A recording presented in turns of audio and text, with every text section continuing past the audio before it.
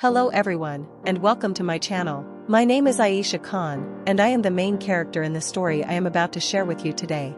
I am the eldest of 8 siblings, and right now, at 24 years old, I carry a heavy weight on my shoulders, a weight that started long before I was even born. This is not just a story of pain, it's a story of hidden truths, broken dreams, and the fight to find light in the darkness. When I was a little girl, between the ages of 11 and 15, my life seemed simple on the outside. I went to school every day, attended extra tutoring classes in the afternoons, and played with my friends in the evenings. I was always cheerful, full of laughter, and I loved my family deeply. Like any other child, I was so proud of my father. Why? Because he was in the army. To everyone outside our home, he was a hero, a disciplined, strong man who served our country with honor.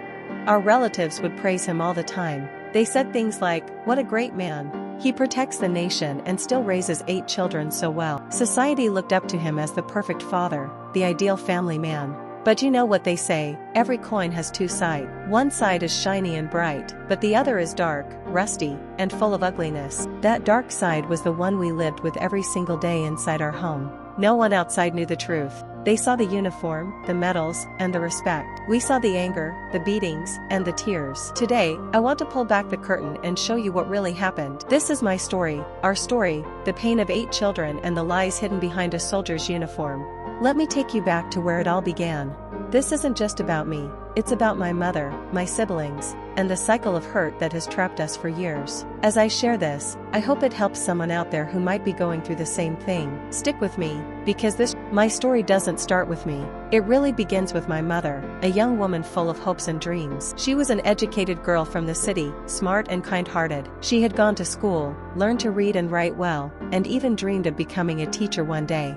My maternal grandfather, her father, was a simple man who believed in honor and trust. When he heard about an army officer looking for a bride, he thought it was the perfect match. "An army man is disciplined and reliable," he said.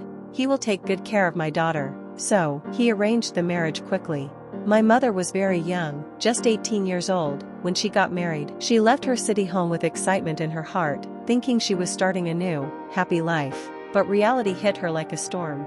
My father hadn't gotten an army quarter yet. That's the house the military gives to its officers. So, he took her straight to his village in the countryside. What she found there was not a welcoming home, but a living hell. The village was poor and rough, with dirt roads, small mud houses, and no modern comforts.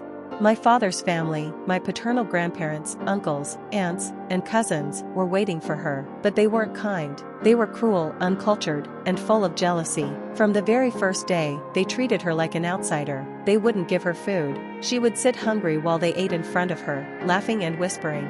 They taunted her for being a city girl, saying things like, "Look at this fancy princess. She thinks she's better than us because she can read books." They were angry that she didn't bring a big dowry, gifts like gold, money, or furniture that some families expect from the bride's side. In their eyes, she was worthless without it. My mother tried to adjust. She cooked meals for herself in a small corner of the kitchen, using whatever little ingredients she could find. But even that wasn't safe. Her in-laws would steal from her pot when she wasn't looking, taking the rice or vegetables she had prepared. At night, things got worse. They would leave the door to her room open on purpose, so stray cats from the village could sneak in. Those cats would knock over her pots, spill the milk she had saved for the next day, and ruin whatever food she had left. My mother would wake up to find everything spoiled, and she had to start over again.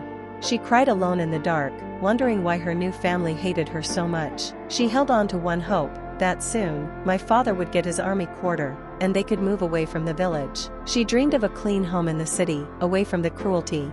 Finally, after a few months, it happened. They moved to the army base, into a small but decent quarter. My mother thought the torture would end, but it didn't. Her in-laws didn't stop. They would visit often, bringing their poison with them. They whispered lies into my father's ear. "Your wife is lazy. She doesn't respect us. She's spending your money on herself." And my father? He believed them every time. Instead of standing up for his wife, the woman he had married, he turned against her. The beatings started then. He would get angry over small things, a meal not cooked perfectly, or a complaint from his mother, and he would hit her. Hard slaps across the face, punches to her arms, kicks when she fell to the ground. My mother begged him to stop, saying, "Please, I'm your wife. Why do you listen to them?" But he shouted back, "You deserve it. You're causing problems in my family." This was the beginning of the betrayal. The man who wore a uniform of honor outside was a monster inside. My mother felt trapped, alone in a new place with no one to turn to. She had left her own family behind, and now she was suffering in silence. Little did she know, this was just the start of a much longer nightmare. The cycle of pain kept repeating, like a broken machine that wouldn't stop. My father would beat my mother, yell at her for hours, and then, somehow, more children would come. His anger grew with each year, and so did our family. I was the first child, born into this mess. Even my birth was marked by cruelty. My paternal grandmother, who had come to help, wouldn't let my mother breastfeed me properly. She said, "The baby doesn't need so much milk. Save it for the boys later."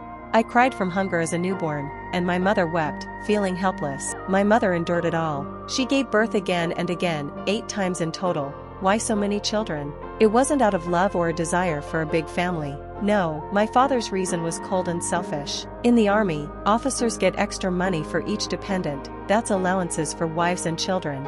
More kids meant a bigger salary and a better pension when he retired. We weren't seen as little souls with needs and dreams. We were just numbers on paper, documents to show the army for more cash. It was like a factory: produce more children, get more money. But what about us? What about the cost to our lives? We always had basic food on the table: rice, lentils, some vegetables. That was the cruel joke. We didn't starve physically, but we were starved in every other way. There was no respect, no kindness, no emotional warmth. My father never thought about what his daughters needed. As girls, we grew up needing clothes that fit, things for school, or even simple items like hair clips or soap. But he ignored all that. He only cared about his own needs, his uniform, his friends, his ego. I remember one time when I was 10 years old. My school uniform was torn at the hem, and I was embarrassed to go to class. I asked my father, "Papa, can I have money for a new dress?" He laughed in my face and said, "Why do you need new clothes? You're just a girl. Stay home and help your mother." That hurt more than any slap. He beat me that day too, for demanding things. My siblings faced the same. My younger sister, who is now 20, once needed shoes for school. Hers had holes, and her feet got wet in the rain. Father refused, saying, "Walk barefoot if you have to. Money doesn't grow on trees." But we knew he had money. He spent it on himself, on cigarettes and outings with his army friends. I can't call him an evil man outright, because sometimes he showed small acts of normalcy, like bringing sweets on festivals. But I won't call him a good father either. A good father protects his family, listens to them, and makes them feel safe. He didn't do any of that. He was neglectful, abusive, and selfish. To him, we were burdens, not blessing. His actions turned our home into a place of fear, not love. As the eldest, I started taking on responsibilities early. I helped my mother with cooking, cleaning, and caring for the babies. My childhood slipped away, replaced by worries that no child should have outside our home. My father was a star. People saluted him on the streets. Relatives bragged about him at gatherings. He's a true patriot, serving the country day and night. The uniform made him look like a hero: polished boots, straight posture, medals shining on his chest. But inside the 4 walls of our quarter, the uniform came off, and so did the mask. He became a tyrant, ruling with fists and harsh words. He had secrets that shamed us all. We knew he had affairs with other women outside. Whispers from neighbors reached our ears. He watched inappropriate videos on his phone late at night, not caring if we heard. When we needed money for basics, like school books or clothes, he exploded. "You ungrateful kids. I work hard for this family, and all you do is ask for more," he would shout, using bad words that made us cover our ears. The money he gave for the house was just enough to survive, barely covering food and bills. And even that came with insults: "Take this and shut up. Don't waste it like your useless mother." I'm 24 now, old enough to work and dream of my own future. But the beatings didn't stop with childhood. Just last year, I argued with him about helping my siblings with their studies. He slapped me so hard my cheeks swelled for days. He doesn't even notice how we live. I often borrow clothes from friends just to go out. My own are old and faded. He buys new shirts for himself but ignores us. His hypocrisy is endless, preaching discipline to others while destroying his own family. One evening stands out in my mind. We were all sitting for dinner, simple roti and dal. My little brother, then 4 years old, spilled some water. Father grabbed him by the arm and shook him violently, screaming, "You clumsy idiot. Can't you do anything right?" My brother cried, and I stepped in to protect him. Father turned to me, "Mind your own business, or you'll get it next." That night, we all went to bed hungry and scared. This was our daily life, fear hidden behind the deceptive uniform. When we were just 5 siblings, the darkness grew thicker. My mother, who had suffered so much, started changing.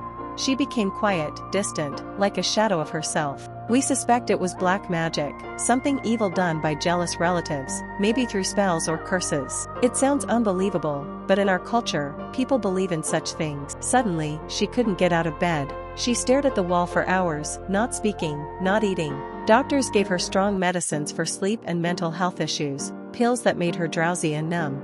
For 4 to 5 long years, she was like that, trapped in her room, barely alive. We children took turns feeding her, cleaning her, trying to make her smile, but she was gone, lost in a fog of pain.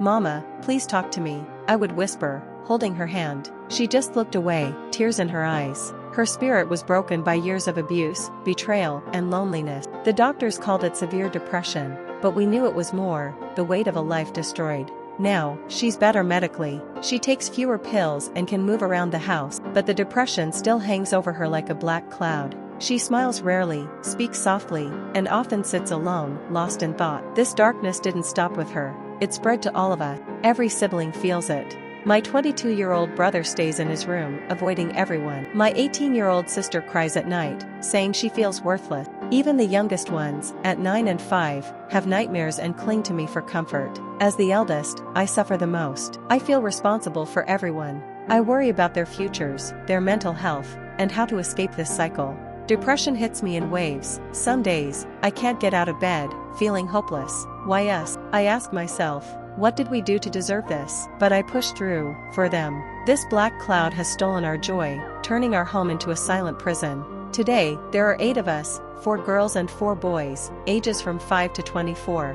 My mother, after all she's been through, has no desire for closeness with my father. Who could blame her? He's caused her endless pain, but his response is the worst betrayal yet. He doesn't hide his anger, he shouts it in front of everyone. He stands in the living room, facing my mother, and says things no father should say before his children.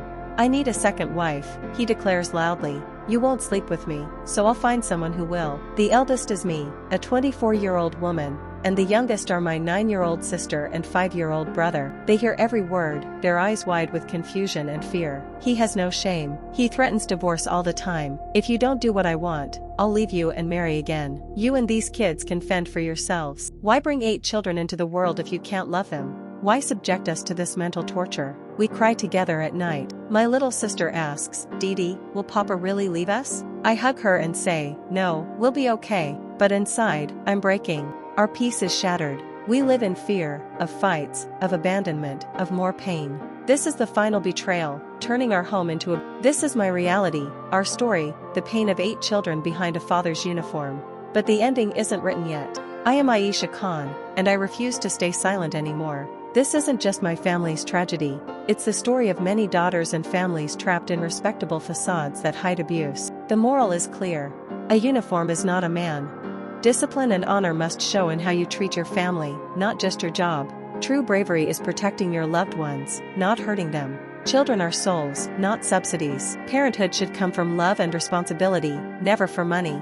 The eldest bears the brunt. As the oldest daughter, I've become like a second mother, sacrificing my dreams to hold everything together. I'm here today to find strength, to break this cycle for myself, my mother, and my 7 siblings. I want to study more, get a job, and move us to a better life. Sharing this gives me power. If this story touched you, if you believe truth must be spoken, please like this video, subscribe to my channel, and share it with others. Your support is my strength. Comment below if you've faced something similar. We're not alone. Thank you for listening. Stay strong, everyone. Goodbye.